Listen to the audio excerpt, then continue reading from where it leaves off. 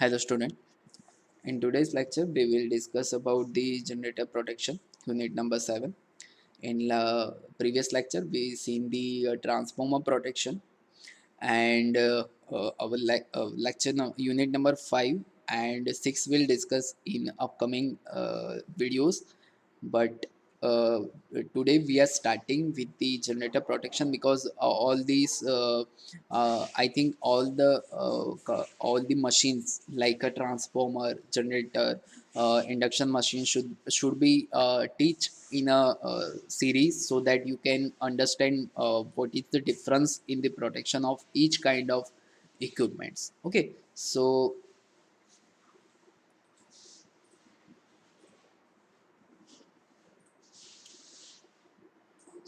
now, first of all, what kind of faults generally occur in the generator?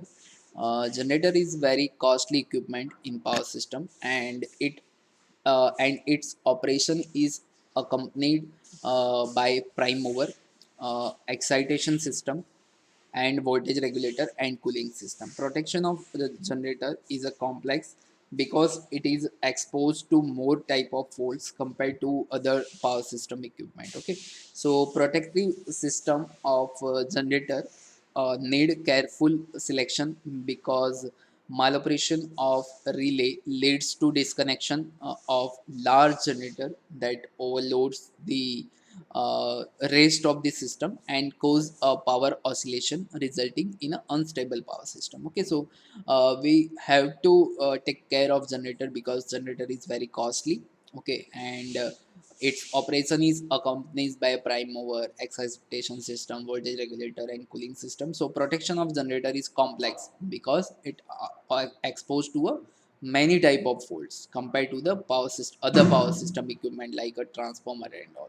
So protective system of generator need careful selection because maloperation of the relay leads to disconnection of large generator that overloads the rest of the system. Okay, so on the other hand, failure to clear a fault causes a extensive damage to the generator that again leads to disruption of whole power system. Okay, so another difficulty with the generator protection system is that unlike the other equipments, opening a breaker to isolate the defective generator is not enough to prevent further damage. Okay, since the generator continues to supply the power to its own fault until its field excitation has been suppressed. Okay, so this is how some equipment protection is different from the other equipment. Okay, so in transformer there is no need of such type of care. Okay, so because transformer is fed from the generator, and if we disconnect the transformer from the main power system, then definitely it will suppress the fault. But in case of generator, we have to disconnect the first the generator from the system,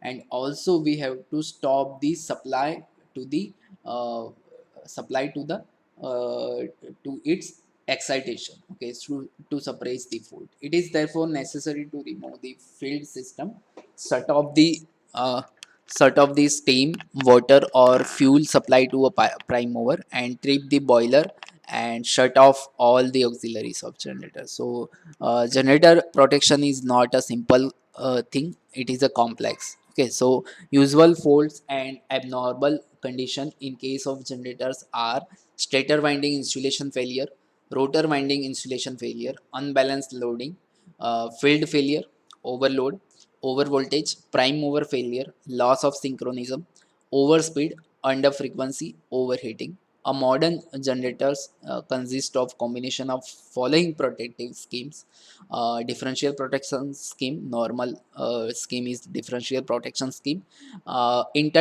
interturn fault protection, stator earth fault protection, overcurrent and earth fault protection, rotor fault earth fault protection, negative phase sequence protection, field failure protection, and overload protection. Okay, so we studied all this protection in the subsequent lecture. Okay,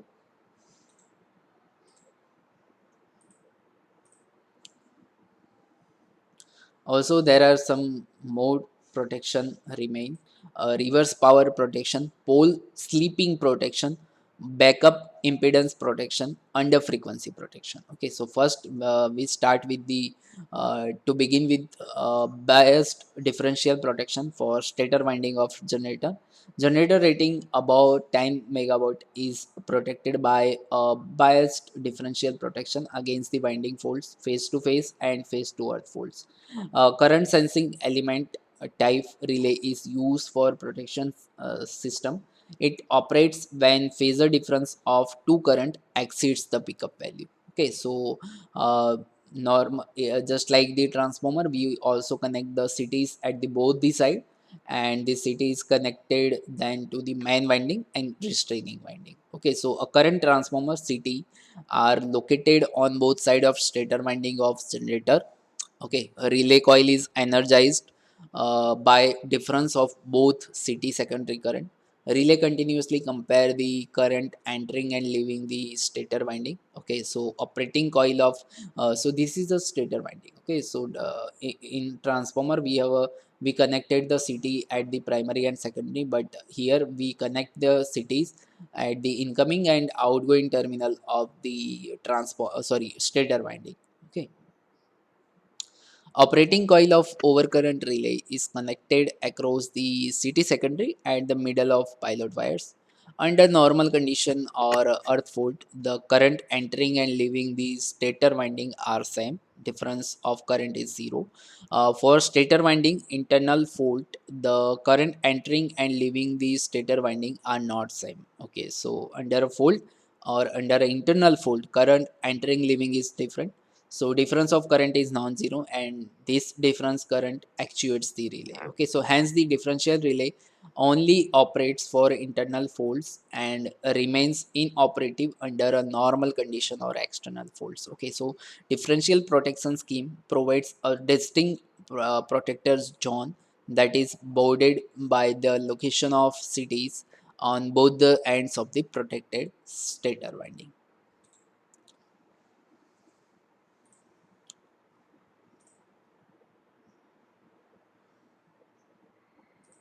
So as working of differential relay depends on the city secondary current, a pair of identical cities are used with such ratio that city secondary currents are same under normal condition or earth fault. To identify the direction of currents, and attention is paid to polarity marks placed on the city while connected to it to the relay coil. Okay, so polarity connection of cities are such that secondary currents are in the same direction in the pilot wires, and during normal condition or external fault, the thumb rule for connection is when current enters the dot mark of the primary side of city, the current must leave the similar dot mark on the secondary side. Okay, so bias differential or percentage differential protection provide the 100% protection against the face to face fault and 80 to 85% against the earth fault to the generator winding. Okay, so earthing impedance significantly influence the performance of different relays in case of earth faults in a generator. For large generator, it is usual practice to limit the earth fault current to very low value by neutral earth side through resistance. Okay, hence the so earthing impedance is play a significant role in this protection. Hence, a separate stator earth fault protection is provided, and differential protection is reversed for a phase faults only. Differential protection is reserved for phase fault only. So we provide two kind of protection here. One differential protection is for phase faults, and earth fault protection is provided for the stator earth fault protection. Okay, so when stator faults occur, a tripping of circuit breaker to isolate the faulty generator is not sufficient, because generator still continues to power to the fault until its field is cut off. Therefore, a percent differential relay initiates auxiliary relay, which is in turn trips the main circuit breaker and field circuit breaker. Okay, so when this percentage differential relay initiate the auxiliary relay, And then after what happened, it will trips the main circuit breaker, field circuit breaker, shut down the prime mover, and turns on CO2 if provided, and operates an alarm. Okay, so this is how we protect the our generator for the phase fault and earth faults. Okay, so this is for the differential protection. In next lecture we will see the restricted earth fault protection for a stator winding of generator. Okay, so up to now, if you have any kind of doubt related to generator protection, then you can definitely comment it down. Thank you.